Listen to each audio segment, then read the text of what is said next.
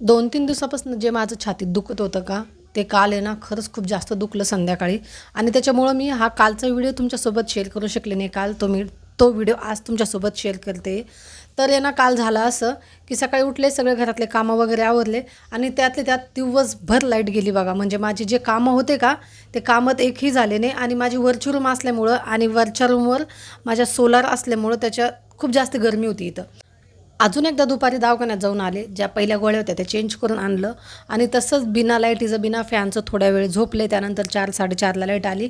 मग आहोंनी जाताना सांगितलं होतं, "बघ तुला जमलंच तर चिकन आण आणि भाजी करून ठेव. बाकी मी पोळ्या नाही तर तंदूर बाहेर घेऊन येतो." म्हणलं, "कशाला? मी डायरेक्ट घरी भाजी-पोळी बनवते ना, मला थोडंसं बरं वाटते." म्हणलं, "हां, स्वयंपाक करावं इतकं तर मला बरं वाटेनच ना बरं. कारण की बाहेरनं ₹500-600 घालण्यापेक्षा घरीच मी पोळी भाजी बनवते ना." मग गेले बाहेर येताना चिकन आणलं, दूध आणलं, कोथिंबीर आणली. मस्तपैकी अंगण झाडून झुडून घेतलं आणि झोपून राहिले नाही ना, माझं दुखणं आहे ना जास्त वाढतं. त्यासाठी मी म्हटलं नाही झोपायचं तर नाही, काम कंप्लीट करायचं आणि त्याच्यानंतर आराम जरी केला तर चालेल. आता ह्यावेळेस काय झालं ना, दळण आणलं आणि गिरणीमधल्या मामाने कसं दळण दिलं काय माहिती, त्याच्यामध्ये आहे ना चाळणच भरपूर निघलं.